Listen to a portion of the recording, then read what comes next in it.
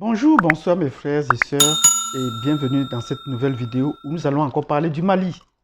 Le Mali nous intéresse parce que l'avenir de l'Afrique est en train de se jouer au Mali, aussi bien que en République centrafricaine et au Côte d'Ivoire, mais c'est sur des différents plans. Mais le cas du Mali nous intéresse pourquoi? Il faut bien voir comment la France déploie son argumentaire. Sa narration est en train de prendre des tournures un peu diffuses qui ne sera pas aisé de comprendre pour la plupart d'entre nous.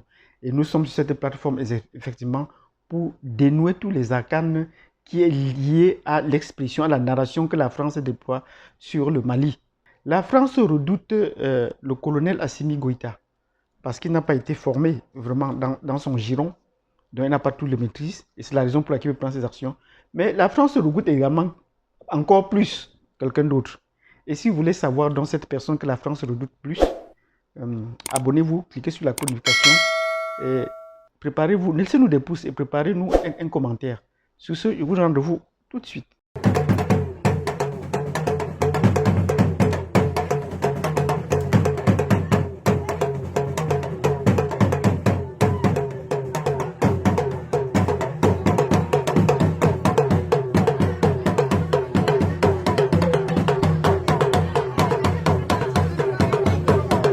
Bienvenue dans cette vidéo où nous allons vous parler de quelqu'un en Mali que la France redoute.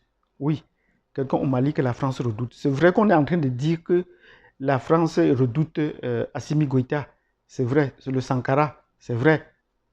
Parce qu'il n'a pas été formé comme Sankara dans les académies européennes, dans les académies françaises, dans les écoles de guerre françaises. Non, nous reviendrons pour le cas de Sankara. Mais la France redoute encore plus une autre personne, une autre personnalité que nous allons vous expliquer. Et cette personnalité-là, retenez bien le nom, c'est l'imam Mahmoud Dicko. Oui, la France redoute plus que Assimi Goïta, l'imam Mahmoud Dicko. Pourquoi est-ce que la France redoute Mahmoud Dicko?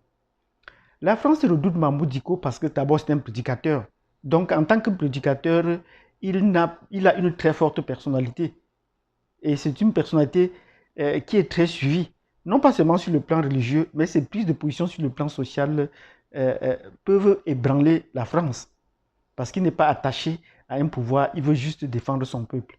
Le président Mahmoud Dicko, l'imam Mahmoud Dicko, comme nous le disons, rappelez-vous, c'est lui qui est à l'origine, où on peut dire que c'est lui l'idéologue, comme les Français pouvaient le dire, le maître spirituel du mouvement M5. Oui, on l'a connu à partir de ce mouvement-là, avec un discours très clair, terre à terre, du côté du peuple. Donc, Mahmoud Dicko, les Français le redoutent.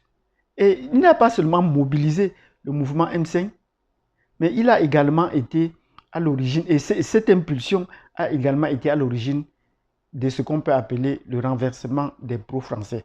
Oui, le renversement des pro-français. On peut regretter qu'à l'époque, il n'y ait pas eu des hommes de poing de cette envergure. Peut-être parce que Modico Keïta comptait plus sur ses qualités, sur ses capacités de technocrate. Mais voilà comment il a été humilié. Mais aujourd'hui, il y a des gens qui ont pris le pouvoir, il y a des gens qui maîtrisent bien la façon de faire des Français.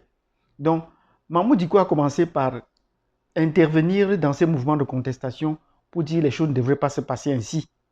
Et c'est cela qui a été à l'origine du renversement de IBK. Oui, ça a été à l'origine du renversement. Et IBK était vraiment un homme des Français. Parce qu'il fonctionnait dans les politiques de la France. Il recevait les hommes européens à tour de bras. Il en a en Europe à volonté. Mais n'écoutez pas le cri du peuple. Mahmoud Dicko disait ce n'est pas ça qui est important. C'est de comprendre le goût du peuple, c'est de comprendre les aspects du peuple, c'est de comprendre ce que le peuple veut. En renversant IBK, un autre Bandao est venu au pouvoir. Et directement, il s'est rendu en France et a continué à mener de fond la politique de la France. Voilà des gens qui refusent de négocier avec leur propre peuple, avec leurs propres frères du Nord, juste parce que la France a refusé. Et on parle de radicalisation du pouvoir. Dans ces conditions, qui est radical? C'est celui qui est radical.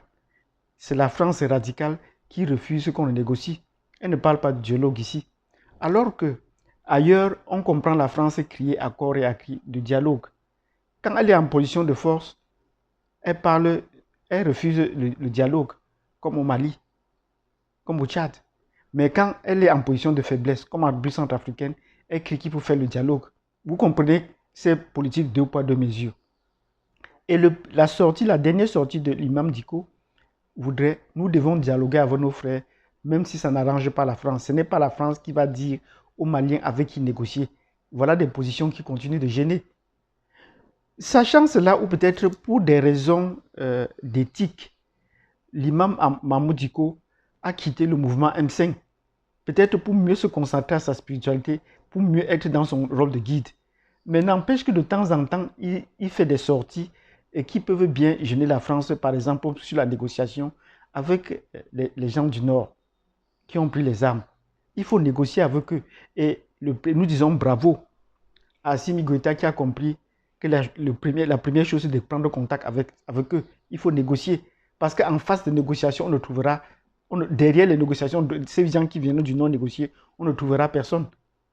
Donc, nous disons, si la France redoute Assimi Goïta, mais elle redoute elle redoute plus fort encore Mahmoud Dicko, qui est peut-être comme l'homme par qui les premières idées sont parties et dont le Mali peut retrouver, le peuple malien peut retrouver un regain de vitalité grâce à ses prises de position. Donc si vous avez bien écouté cette vidéo dans laquelle nous avons mis en contact les deux peuples, nous vous disons merci. Mettez-nous des pouces, cliquez sur la cloche de notification après vous être abonné. Sur ce, je vous donne rendez-vous à la prochaine vidéo. Merci.